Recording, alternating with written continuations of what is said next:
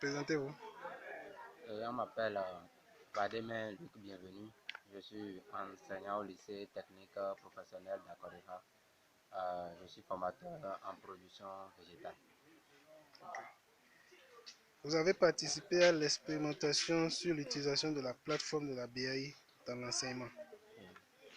Que pensez-vous des approches de la BAI dans l'acquisition de la transmission des compétences? Vraiment, cette expérience ou ce passage, cette formation nous a vraiment édifié.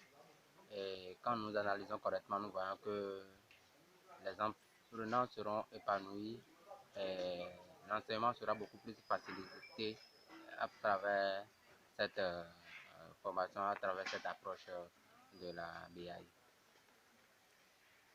Est-ce que l'expérimentation vous a été utile et comment? Depuis un moment, nous avons vu l'engouement de nos apprenants autour de l'utilisation du numérique dans l'apprentissage, alors qu'on les empêchait même de les utiliser. Mais maintenant, c'est une ouverture, ça les permet d'apprendre beaucoup plus rapidement. Ça leur permet également de se rapprocher de leurs enseignants en posant des questions. Ça leur permet de s'auto-former également. À nous enseignants, ça nous permet de nous améliorer et d'anticiper sur certaines notions. Merci. Pensez-vous utile d'ajouter d'autres CVA et d'autres spécialités?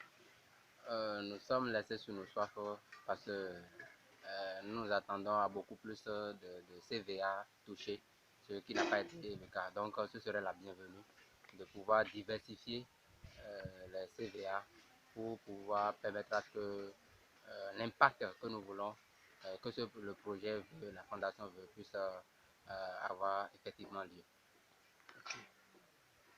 Pensez-vous nécessaire de répliquer cette expérimentation dans d'autres lycées, d'autres centres de formation et dans d'autres pays?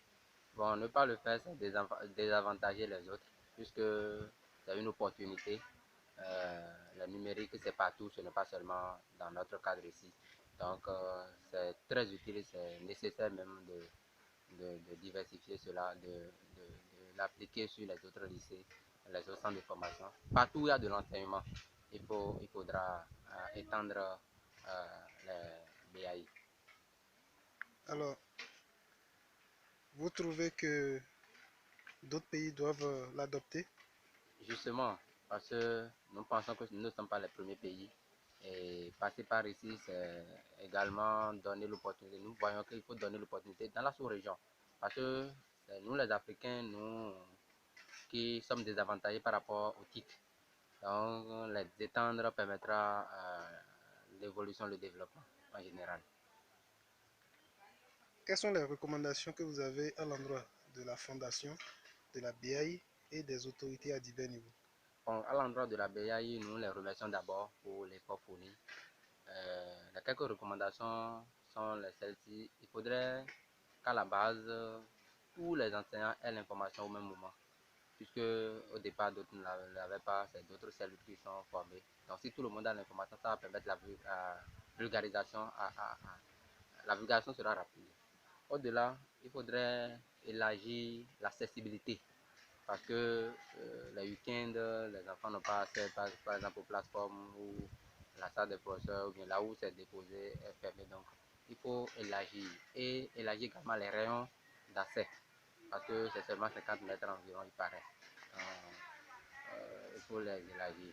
Également, s'il y a moyen, il faut mettre les outils informatiques à disposition du moins, pour que ça soit disponible pour tous les enseignants, tous les apprenants. Ok, je vous Bon, remercie.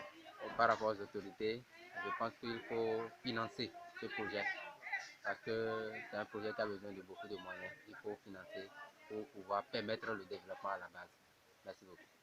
Je vous remercie. Merci à vous.